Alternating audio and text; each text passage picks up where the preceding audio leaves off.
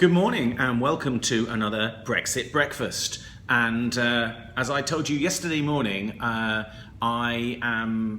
finished my breakfast again, taking some tablets. That is omega-3. This is sodium valproate. And this is a multivitamin.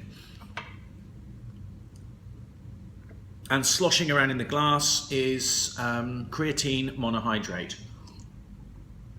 So, down to business, the Brexit situation.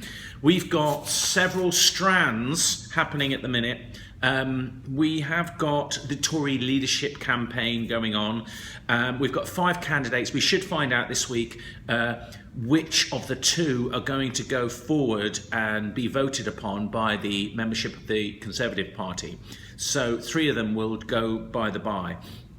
It looks like May again is going to be one of the 2, and then it's just a question of who is the other one. Michael Gove. They've all been doing interviews, and Michael Gove, the focus on him has basically been what's seen as a betrayal of Boris Johnson.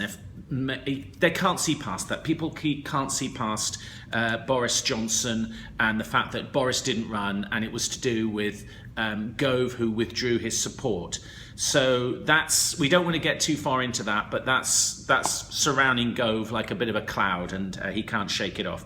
May's looking good to me, and she seems to be a bit of a pragmatist, a bit of a realist. She's blessedly free of any UKIP style rhetoric. She's saying, we don't want to bargain with people. Also, Crabb as well has come out with a tweet saying that he doesn't think he wants assurances for the EU citizens that are currently in this country. We don't want to have some racist agenda going on. And what are we going to do, really? Round them up, send them out, put them on a boat, send them away? It's disgusting and despicable. And anyway, Crabb's clearly tweeting about that and saying, we shouldn't be bargaining with them.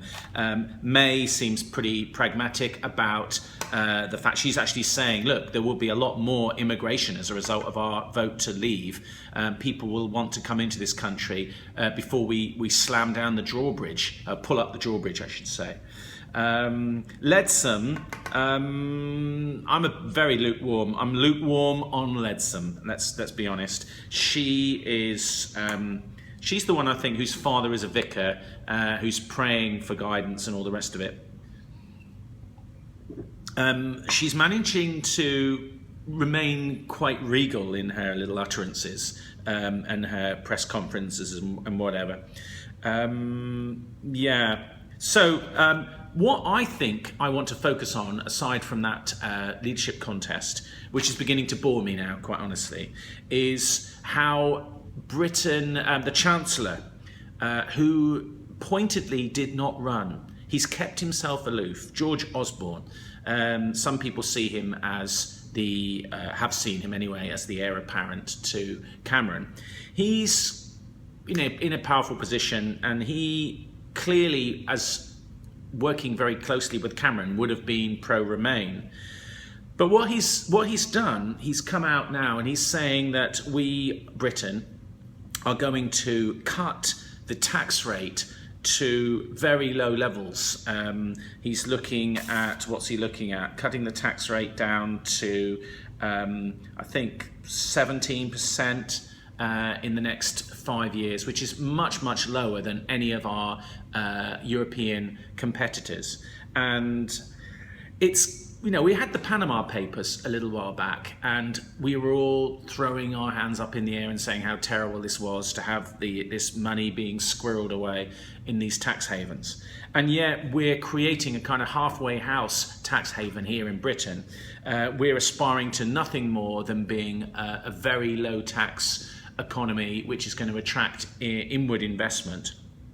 And that sounds well and good, doesn't it? If you're a foreign corporation and you see Britain as somewhere where you can put your business, it brings employment, I suppose, but it also brings an a business that's coming in paying very low taxes and not contributing to the public coffers.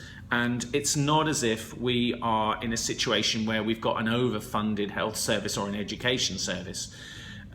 People want more spending on that, not less. And the powerful, wealthy corporations shouldn't be having their tax bills trimmed when everybody else has got to put up with the austerity. I've noticed George Osborne and therefore this government have wriggled out of the austerity targets, and they are softening on that. Finally, they should have done it a long time before, but of necessity, I'm thinking. They're looking at the massive drop in British investments, the falling of the pound. This must all have a massive impact without getting into economic areas of which I'm not the world's greatest authority.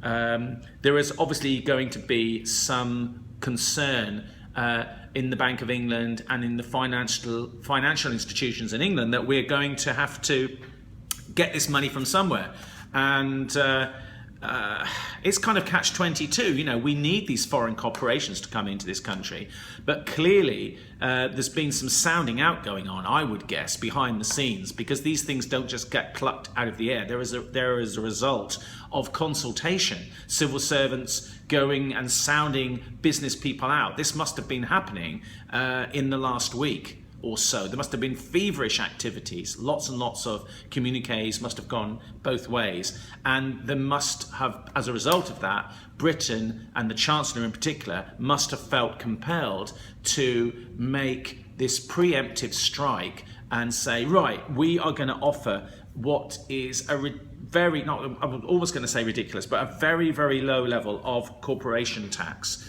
to basically almost bribe these companies and say, please, please, please stay in the UK, or please come to the UK. And we've also got a stated intention to slow down the payment of the deficit, which was such a big deal, wasn't it? Okay, an interesting thing that's caught my eye as well is this Mission de Rea. It's a law firm. It's taking action on behalf of a group of anonymous clients about the triggering of Article 50, and it's basically saying that the referendum was purely advisory, and that any decision to invoke Article 50, which basically sets in motion the leaving from the EU, which I'm sure you all know by now, any decision to invoke that must be as a result of a parliamentary debate and vote, which kind of negates the whole idea of the referendum, doesn't it? So the government, the UK government, is facing this preemptive legal action. And yeah, so that's interesting. So we've got Osborne cutting, or saying that he's going to cut corporation tax, slow down on the deficit. We've got a UK government facing legal action. Yeah, so that's about it really for Brexit Breakfast this morning. See you tomorrow.